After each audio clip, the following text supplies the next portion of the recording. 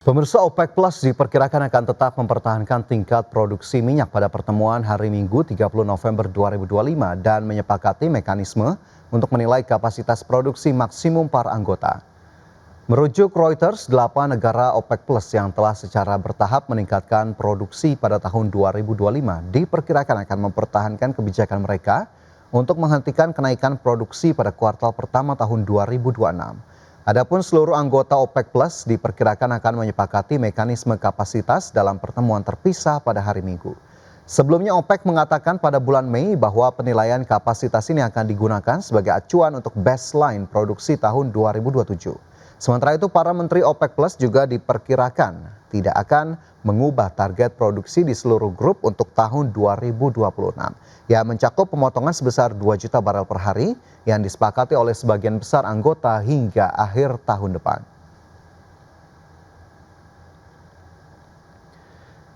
Ya, selanjutnya dari posisi terakhir bursa global, pemirsa, dari bursa Amerika Serikat terpantau tidak ada perdagangan seiring dengan libur Thanksgiving pada 27 November 2025. Sementara jika kita lihat dari bursa Eropa, bursa ekuitas Eropa relatif stabil pada perdagangan Kamis setelah mencatat 3 sesi penguatan beruntun didorong meningkatnya optimisme pemangkasan suku bunga The Fed di bulan depan. Di tengah sentimen positif tersebut, saham Puma dan Allfunds Group mencatat lonjakan signifikan berkat minat akuisisi. Hingga akhir perdagangan, indeks Stoxx 600 ditutup naik tipis 0,14% ke level 575, indeks FTSE 100 menguat 0,02% ke level 9.693, dan indeks DAX Jerman naik 0,18% ke level 23.767.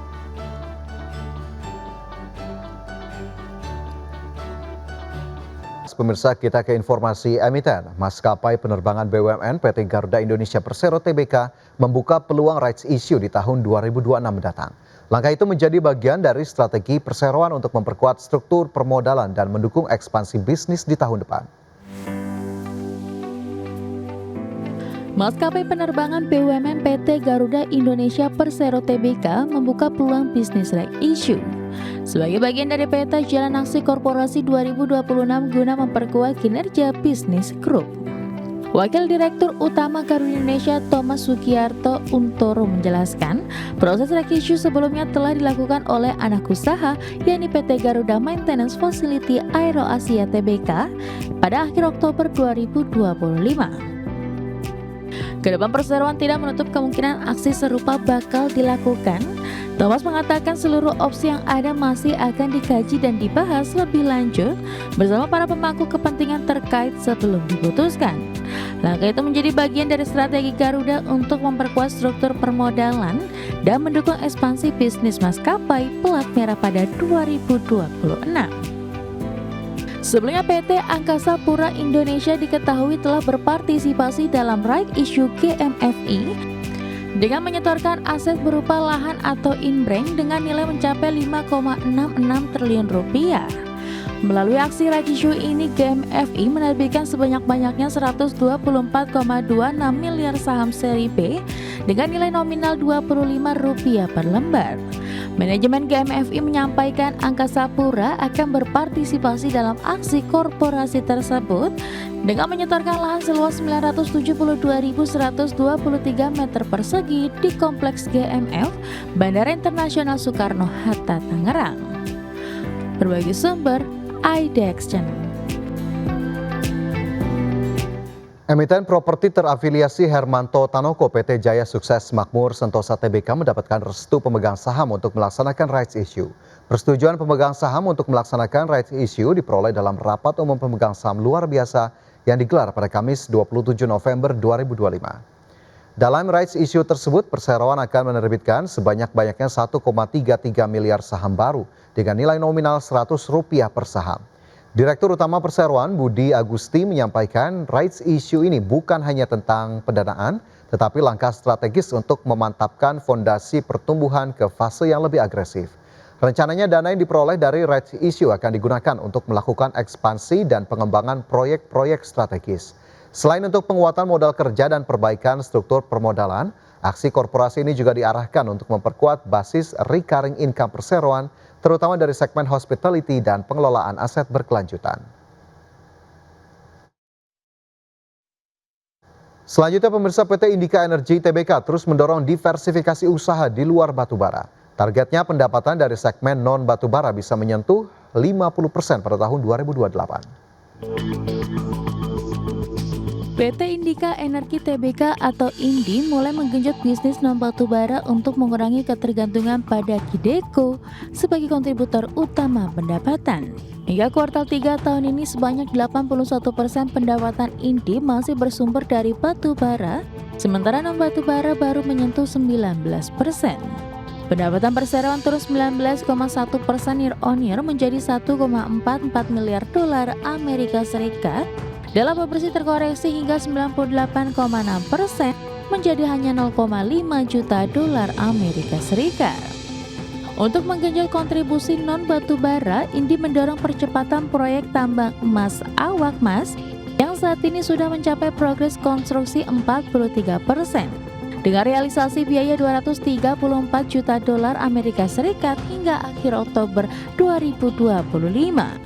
Uji coba produksi emas direncanakan pada akhir 2026 dan produksi komersial ditargetkan pada kuartal pertama 2027. Sebagian besar Capex 2026 akan difokuskan untuk mempercepat pengembangan proyek ini. Di segmen kendaraan listrik, INDI terus memacu penjualan motor listrik merek Alfa yang sudah memiliki 3 model serta mulai memasuki segmen penjualan B2B bersama perusahaan logistik, e-commerce, operator ojek online, dan PLN. Lebih dari 50% penjualan Alfa saat ini berasal dari pasar B2B. Di saat bersama melalui Invi, INDI juga menjadi kontributor dan penyedia solusi transportasi bis dan truk listrik untuk sejumlah sektor. Analis menilai target kontribusi non batubara 50% pada 2028 masih realistis selama proyek Awakmas berjalan sesuai jadwal dan bisnis kendaraan listrik terus bertumbuh. Berbagai sumber, IDX Channel. Dari mancanegara, survei Batch Book The Fed menunjukkan aktivitas ekonomi Amerika Serikat relatif stabil meski belanja konsumen secara keseluruhan terus menurun. Sejumlah distrik melaporkan bahwa pengeluaran konsumen berpenghasilan tinggi cukup tangguh, tetapi melemah di kalangan rumah tangga berpendapatan rendah dan menengah. The Federal Reserve menyatakan aktivitas ekonomi Amerika Serikat relatif stabil dalam beberapa pekan terakhir, meski belanja konsumen secara keseluruhan terus menurun kecuali di kalangan konsumen kelas atas. Menurut survei Facebook terhadap kontak pelaku bisnis regional, jumlah lapangan kerja sedikit menurun dan harga rata-rata naik secara moderat. Laporan ini didasarkan pada informasi yang dikumpulkan oleh 12 bank regional The Fed hingga 17 November dan disusun oleh The Fed Dallas. Beberapa distrik termasuk New York, Atlanta, dan Minneapolis melaporkan bahwa pengeluaran konsumen berpenghasilan tinggi cukup tangguh tetapi melemah di kalangan rumah tangga berpendapatan rendah dan menengah.